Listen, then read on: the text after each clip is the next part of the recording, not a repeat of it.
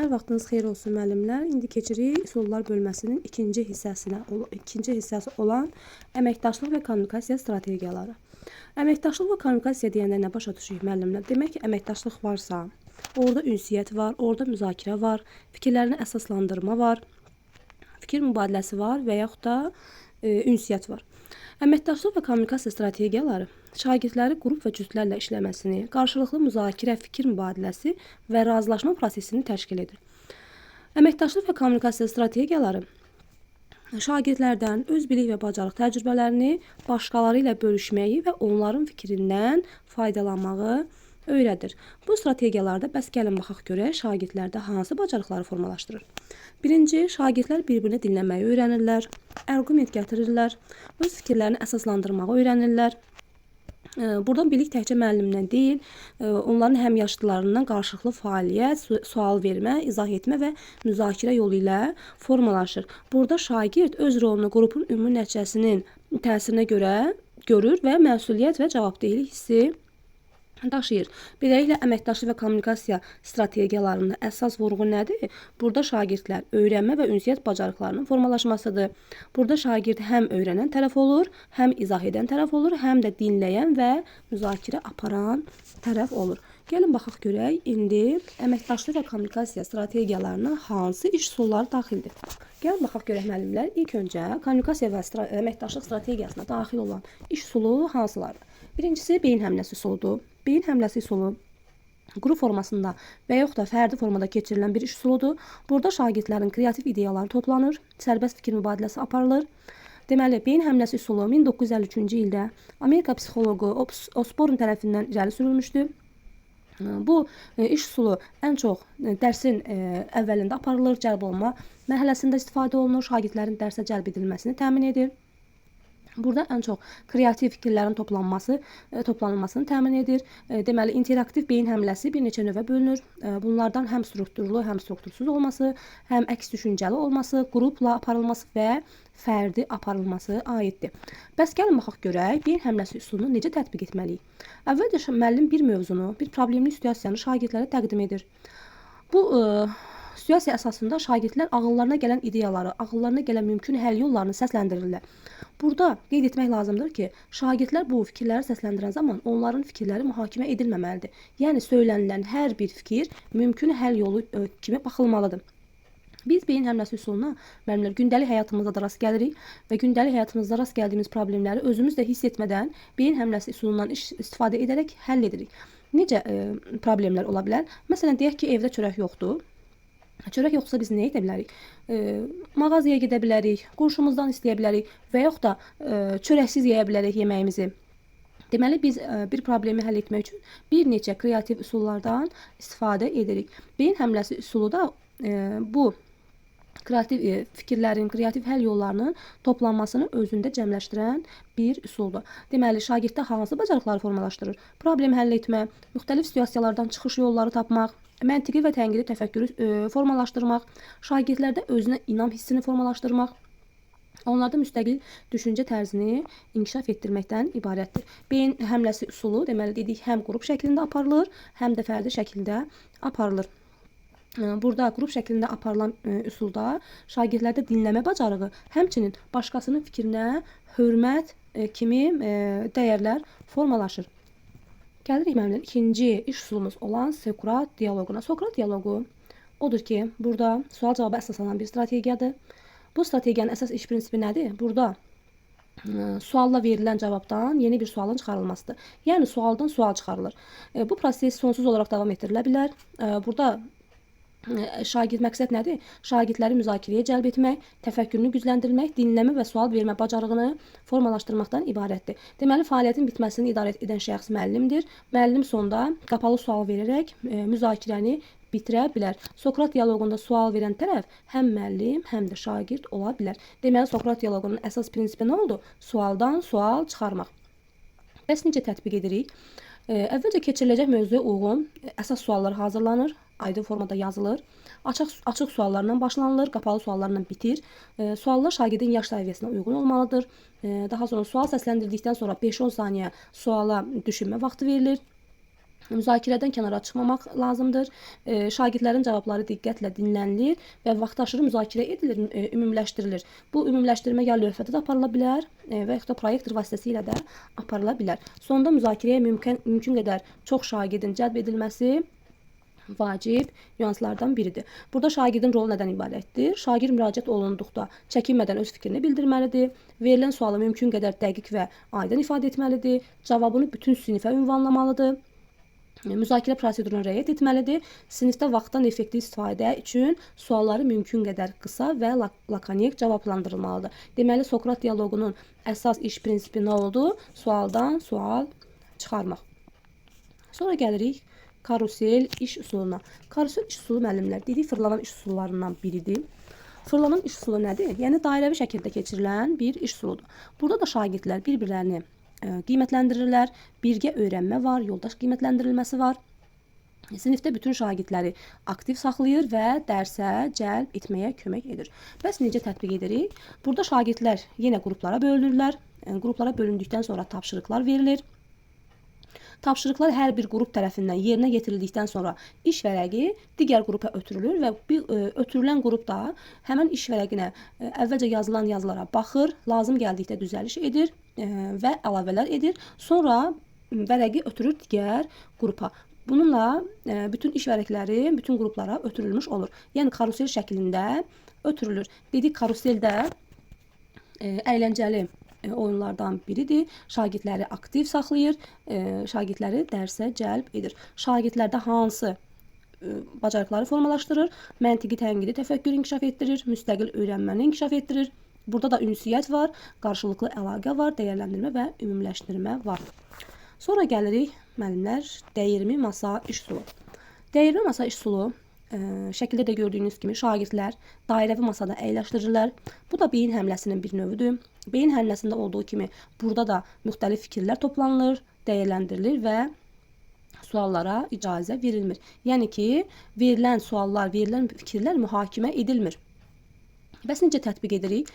Əvvəlcə müəllim bir çox mümkün cavabı olan sualı ünvanlayır və hər bir qrupa bir kağız verir. Şagirdlər bu kağızda bir-birlərini ötürürlər və onlar üzərində ideyalarını yazırlar və bunlar bu ideyalarını hündürdən səsləndirməlidirlər ki, digər şagirdlər də eşitsin. Bu proses qrupun fikirləri bitənə qədər davam edir və sonra müəllim qruplara fikirlərini gözdən keçirib izah etmələri üçün vaxt verir. Əgər sinifdə şagird sayı azdırsa və yaxud da sinifin şəraiti imkan verirsə, bu metodu bütün siniflə də etmək olar. Şagirdlərdə hansı bacarıqları formalaşdırır? Tənqidi təfəkkür, əməkdaşlıq, fikir ifadə etmə, dinləmə bacarığı və nəticə çıxarma bacarığını. Sonra gəlirik müəllimlər düşün, cütləş, bölüş, paylaş texnikasına. Bu texnikada özündə bir neçə fəaliyyəti birləşdirir. Deməli, 4 dənə iş formamız var. Bu texnikada bu 4 dənə iş formasının 4-ündən də istifadə olunur. Həm fərdi şəkildə, həm cütlərlə, həm qrup şəklində, həm də sinif şəklində aparılır. Bu strategiya həm ekstravert, həm də introvert şəxslər üçün çox səmərəli bir öyrənmə mühiti yaratmağa imkan verir. Bəs necə tətbiq edirik? Bu iş üsulunu tətbiq edərkən əvvəlcə şagirdlərə hər hansı bir mövzu, hər hansı bir suallar verilir və şagirdlərə fərdi işləməliklər tapşırılır. Şagirdlər fərdi işləyərkən onlara düşünmə vaxtı verilir. 1 dəqiqə və yaxud da 5 dəqiqə arasında düşünmə vaxtı verilir. Düşünmə vaxtı verildikdən sonra şagirdlər, düşünmə vaxtı bitdikdən sonra şagirdlər artıq nə edirlər? Bildiklərini cütlərlə paylaşmağa başlayırlar, müzakirə edirlər. Cütlərlə müzakirə etdikdən sonra fikirlərini qrupla bölüşürlər.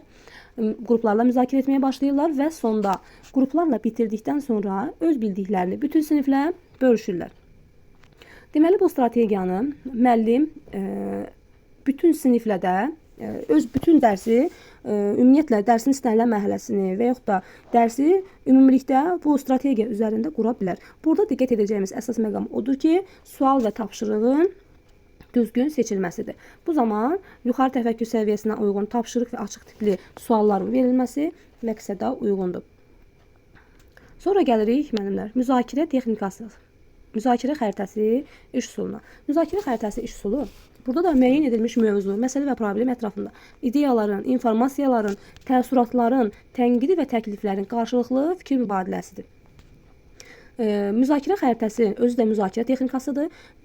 Əvvəlki keçdiyimiz üsullarda demişdik, hansı üsullar müəllimlər müzakirə texnikasıdır. Qərarlar ağacı, bir də sinektika və müzakirə xəritəsi. Bunların üçü də müzakirə texnikasından istifadə olunaraq təşkil olunur. Burada da şəxsi konseptual anlayışı var, ideyaların əsaslandırılması var, müzakirəni stimullaşdırmaq var. Deməli, müzakirə xəritəsi müəyyən mövzu, məsələ və ya problem ətrafında ideyaların, informasiyaların, təkliflərin qarşılıqlı mübadiləsidir. Bəs necə tətbiq edirik? Bu üsuldan istifadə edərkən şagirdlər hər hansı bir mövzu, məsələ və ya problem ətrafında suallar verilir və ardıcıllığı belə aparılır. Əvvəlcə geniş spektrli suallar verilir, cavablar və fərziyyələr dinlənilir, deyilənlər üçün izah və əsaslandırma istənilir. Daha sonra alternativ fikir və ideyalara sövq edilir.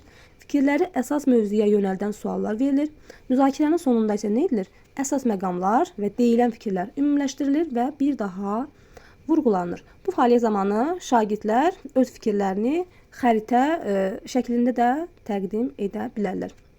Burada da şagirddə formalaşdırılan hansı bacarıqlar var? Proqnozlaşdırma, təhlil etmə, fikri ifadə etmə, məntiqi və tənqidi təfəkkür, əsaslandırma, şifahi nitq bacarıqları, dinləmə mədəniyyəti və ümumiləşdirmə. Sonra gəlirik ziqzaq iş üsuluna. Ziqzaq iş üsulu müəllimlər böyük bir mətnin qısa zamanda şagirdlərə mənimsədilməsidir. Burada ziqzaq üsulunda 4 dənə qrupa bölünür. Şagirdlər 4 dənə qrupa bölünür. Bu qrupların tərkibində deməli əvvəlcə nə edilir? Doğma qruplar yaradılır. 4 dənə doğma qrup yaradılır. Bu qrupların tərkibində 1, 2, 3, 4 nömrəli şagirdlər olur və mətn verilir. Mətn verildikdən sonra mətnin özü də 4 hissəyə bölünür. Bu doğma qrupların özləri də qruplara bölünür. Necə qruplara bölünür? Birlər bir qrupda yığılır, ikilər bir qrupda yığılır, üçlər bir qrupda yığılır, dördlər isə bir qrupda yığılır. Bu zaman mətn 4 hissəyə bölünür və həmin qruplara, hissələrə bölünür və həmin qruplara bölünür. Həmin qruplara bölündükdən sonra deməli, qruplar mətnin hissələrini öyrənirlər, mənimsədikdən sonra hər kəs öz doğma qrupuna qayıdır. Doğma qrupa qayıdandan sonra şagirdlər bildiklərini öz doğma qrupları ilə bölüşürlər. Beləliklə, bütöv bir mətni mənimsəmiş və öyrənmiş olurlar. Deməli, burada nə oldu? Əsas mahiyyət oldu ki, böyük bir mətnin qısa vaxt ərzində şagirdlərə mənimsədilməsi.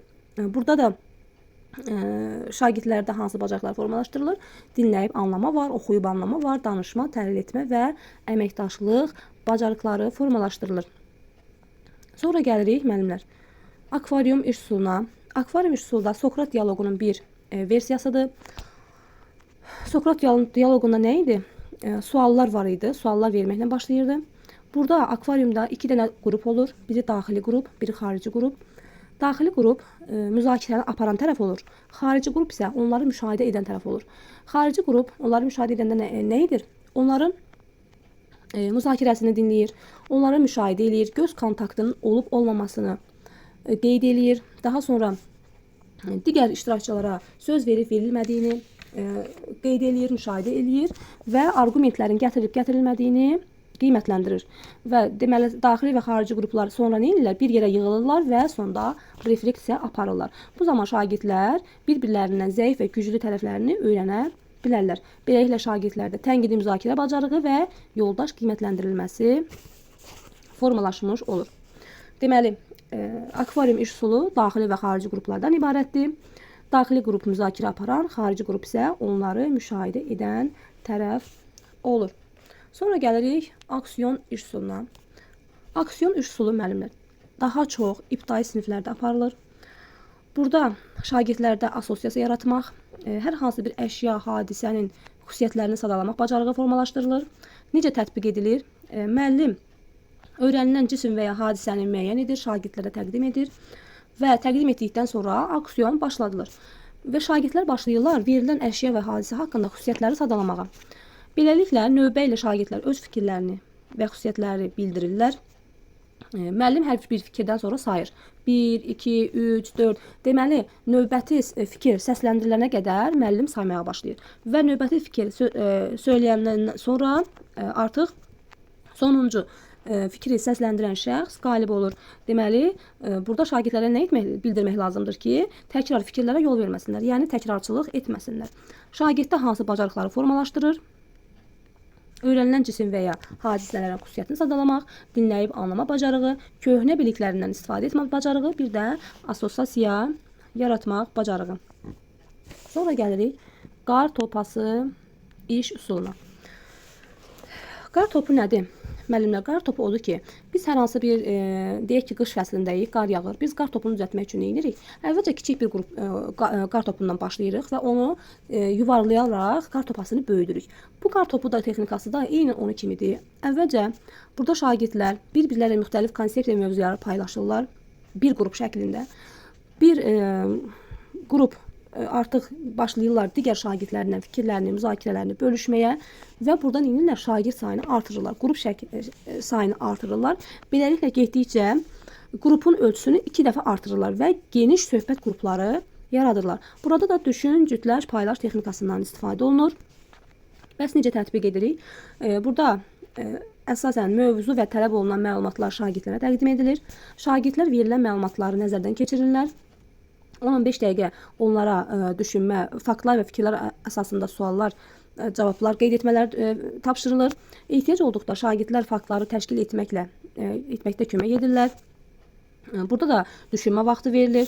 Cütlərə fikirlərini müzakirə etdikdən və birləşdirdikdən sonra başqa cütlüyə keçmələri və fikirlərini yenidən bölüşmələri tapşırığı verilir. 2 cüt birləşərək 4 şagirddən ibarət qrup yaradır. 4 nəfərlik qrupdan 8 nəfərlik qruplar meydana gəlir və beləliklə bu proses davam edir. Bu proses davam etdikcə sanki qar topası böyüməyə başlayır və bu prosesin sinifin rahat olacağı dərəcəyə qədər davam etdirilə bilər. Nəhayət sinif müzakirəsi ilə iş üsulu tamamlanır. Burada da sinif aktiv olur, şagirdləri aktiv saxlayan bir iş üsuludur. Deməli, qar topası nə oldu? Şagirdlərin bir-biri ilə müxtəlif konsepsiya və mövzuları paylaşmalarına, öyrətmələrinə kömək edən aktiv bir öyrənmə strategiyasıdır. Sonra gəlirik müəllimlər, sinif küncləri strategiyasına. Sinif küncləri, burada şagirdlər həm düşüncələrini siniflə bölüşürlər, həm də dərs zamanı onları hərəkətdə saxlayır. Yəni, sinifdə hərəkət etmə imkanı verilir. Bu iş üsulu da müxtəlif fənlərdə və mövzularda tətbiq oluna bilər. Bəs necə tətbiq edirik? Əvvəlcə müəllim sinifin 3 küncünə söz yazır. Bir küncünə yazır ki, razıyam, bir küncünə yazır razı deyiləm, bir küncünə də yazır ki, əmin deyiləm. Və müəllim fikri səsləndirir, sualı verir. Şagirdlər bu fikirlər əsasında uyğun cavablarını sinifin küncünə gedərək cavablandırırlar. Məsələn, bəzi şagird suallara deyə bilər ki, razı deyiləm, gedir razı deyiləm küncünə. Bəzi şagird deyir ki, razıyam, gedir razıyam küncünə. Bəzi şagirdlər də deyir ki, mən fikrimdə əmin deyiləm, gedir əmin deyiləm küncünə. Beləliklə, orada şagirdlər eyni küncdə toplanan şagirdlər neyinir? Fikirlərini əsaslandırırlar, birlikdə sübutlar axtarmağa çalışırlar və burada da düşün, cütləş, paylaş texnikasından istifadə olunur. Dedik, düşün, cütləş, paylaş texnikası hansı üsullarda istifadə olunur? Sinif küncləri, qar topası, bir də düşün, cütləş, paylaş texnikasında, üsulunda istifadə olunur. Sonra gəlirik mən kiməm üsulu. Bu üsulda müəllimlər, şagirdlər ədəbi obrazları, yazıçıları, alimləri, fizikləri, ixtiraçıları və tarix şəxsiyyətləri haqqında biliklərini əyləncəli və interaktiv şəkildə təqdim etmə üsuludur. Burada müəllim nə edir? Bir dənə şagirdi seçir, onun alnına hər hansı bir alimin, tarixi şəxsiyyətin və yaxud da yazıçının adını yapışdırır. Bu şagird həmin alimin kim olduğundan xəbərsizdir və başlayır digər şagirdlərə suallar ünvanlamağa. Mən kiməm? Mən mənfi qəhrəmanam, mən müsbət qəhrəmanam, mənim kəşfim var, mənim kəşfim nədir? Mən fizikəm, yoxsa mən yazıçıyam? Belə bir suallar verərək digər şagird yoldaşlarına suallar verir və həmin şagird yoldaşlar onlara hə və yox da yox cavabı verərək onun suallarını cavablandırır. Beləliklə, həmin şagird kim olduğunu aydınlaşdırmağa çalışır. Bu yolla müəllim nə edir? Müəllim həm sual verən, həm də cavab verən şagirdləri keçirənləri nə dərəcədə mənimsədiyini, öyrəndiyini yoxlamalı olur. Və şagirddə hansı bacarıqları formalaşdırır? Sual vermə, köhnə bilik və yeni bilik arasında əlaqəni müəyyənləşdirmək bacarığı formalaşdırır. Sonra gəlirik müəllimlər debat iş üsuluna. Debat iş üsulu bir mövzunun formal müzakirəsini ehtiva edir. Burada 2 qrup olur. Bir qrup müzakirəni, fikri təqzib edən tərəf olur. Bir qrup isə təsdiq edən tərəf olur. Bu qruplar öz fikirlərini sübutlarla, arqumentlərlə əsaslandırmalıdırlar. Deməli, burada ən çox tənqidi təfəkkürdən istifadə olunur, məntiqi təfəkkürdən istifadə olunur və ən çox məntiq riyazi təfəkkürlü şagirdlər bu üsulu daha çox sevirlər, daha çox istifadə edirlər. Necə tətbiq etməliyik? İki komanda yaradılır və ortaya bir dənə problem qoyulur, müzakirə üsulu qoyulur. Şagirdlər bu müzakirə ətrafında bir komanda həmən müzakirəni və yaxud da fikri təqzib edir, bir tərəf təsdiq edir. Çıxış zamanı nə olur? Qrup nümayəndələrindən arqumentləri dinləmək, onlara suallar hazırlamaq və arqumentlərə qarşı əks arqument gətirmək tələb olunur. Şagirddə hansı bacarıqlar formalaşdırılır? Sual tərdid etmək, qərar qəbul etmək, mövzunu araşdırmaq, natiqlik məharəti, dinləyib anlama, ümumiləşdirmə, təhlil etmə, əsaslandırma və arqumentlərlə işləmək bacarığı formalaşdırır. Tədrisdə debat zamanı şagirdlər nə qazanır? Müstəqil və komanda şəklində araşdırma bacarığı, auditoriya qarşısında sərbəst çıxış etmə bacarığı, məntiqi tənqid təfəkkürün inkişafı, fikri düzgün və əsaslandırılmış şəkildə çatdırma bacarığı, inandırma və təqdim etmə bacarığı olmalıdır. Debat zamanı riayət etməli olan tələblər hansılardır? Öyrənmək. Yəni biz hər hansı bir mövzunu araşdırırıqsa, bu mövzu haqqında informasiyalar toplamalıyıq, informasiyalar verməliyik. Sonra aydınlıq gətirməliyik. Deyilən fikrimizi aydın şəkildə çatdırmalıyıq və dediyimiz fikrin düzgünlüyünü yoxlamalıyıq. Düzgünlük necə deyirlər, özündən qurulmuş məlumatlara, faktlara, fikirlərə əsaslanmaq olmaz. Yəni ki, bizim dediyimiz fikrimiz düzgün olmalıdır. Hörmət nədir? Qarşı tərəfə hörmət, müxtəlif fikirlərə, rəylərə, verilən qiymətlərə dözümlülük, təhqir və ya tənqid yox, dinləyib təhlil etmək, zəif yerləri tapmaq və diqqəti ona cəlb etmək. Bir sözlə, bir-birlərinin fikrinə hörmətlə yanaşmaq tələb olunur. Sonda əsaslandırma və natiqlik, yəni gətirilən arqumentlərə fikrimizi əsaslandırmalıyıq və arqumentlərə əsaslandırmalıyıq. Natiqlik odur ki, fikrimizi təsirli, inandırıcı, aydın və anlaşılıqlı şəkildə ifadə etməliyik. Bu da olur müəllimlər, debat, iş usulu. Qaldı müəllimlər bizim üçüncü hissəmiz. Üçüncü hissəmiz də olur refleksiya strategiyaları. Onu da gələn dərsimizdə öyrənəcəyik. Sağ olun, salamat qalın.